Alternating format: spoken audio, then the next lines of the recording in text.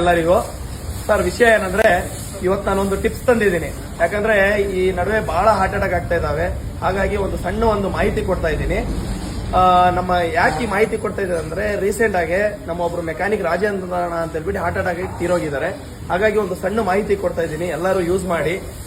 Heart attack ಏನಕ್ಕೆ ಬರುತ್ತಂದ್ರೆ, blood circulation ಕಮ್ಮಿ ಇದ್ರೇನೆ heart attack ಬರಕ್ ಕಾರಣ. ಅದಕ್ಕೆ ಪ್ರತಿ ರಾತ್ರಿ ಒಣ ದ್ರಾಕ್ಷಿ ಒಂದು ಲೋಟ ನೀರಲ್ಲಿ ಹಾಕಿ ಬೆಳಗ್ಗೆ ಆ ಒಣ ದ್ರಾಕ್ಷಿನೂ ತಿನ್ರಿ, ಆ ನೀರು ಕುಡೀರಿ. ಆದಷ್ಟು ಬ್ಲಡ್ ಸರ್ಕ್ಯುಲೇಷನ್ ಚೆನ್ನಾಗಿರುತ್ತೆ. ಇನ್ನೊಂದು ಮಾಹಿತಿ ಏನಂದ್ರೆ, ಆದಷ್ಟು ಬೆಳ್ಳುಳ್ಳಿ ಯೂಸ್ ಮಾಡಿ, ಆಯ್ತಾ? ಬೆಳ್ಳುಳ್ಳಿ ಜಾಸ್ತಿ ಯೂಸ್ ಮಾಡಿ, ಅದರಿಂದಾನು ಹಾರ್ಟ್ ಅಟ್ಯಾಕ್ ಕಮ್ಮಿ ಆಗತ್ತೆ ಬರೋದು, ಆಯ್ತಾ? ಇದೆಲ್ಲರೂ. ಆಮೇಲೆ ಇನ್ನೊಂದೇನು ವಿಷಯ ಅಂದ್ರೆ, ಎಲ್ಲರೂ ತಿಳ್ಕೋಬಹುದು, ಏನಪ್ಪಾ ಇದ್ದಕ್ಕಿದ್ದಂಗೆ ನಮ್ಮ ಇಮ್ರಾನ್ ಅವರು ಮೆಕ್ಯಾನಿಕ್ಗಳ ಬಗ್ಗೆ ಮಾಹಿತಿ ಕೊಡ್ತಾ ಇದ್ರು, ಏನ್ ಇವತ್ತು ಡಾಕ್ಟರ್ ಆಗ್ಬಿಟ್ಟಿದ್ರು ಅಂತ. ಆತರ ಏನಿಲ್ಲ. ಯಾಕಂದ್ರೆ ಈ ನಡುವೆ ಬಹಳ ಜನಕ್ಕೆ ಹಾರ್ಟ್ ಅಟ್ಯಾಕ್ ಆಗ್ತಿದೆ. ಹಾಗಾಗಿ ಒಂದು ಸಣ್ಣ ಮಾಹಿತಿ ಇದು ಎಲ್ಲರಿಗೂ ಶೇರ್ ಮಾಡಿ, ಕಮೆಂಟ್ ಮಾಡಿ, ಲೈಕ್ ಮಾಡಿ. ಧನ್ಯವಾದಗಳು.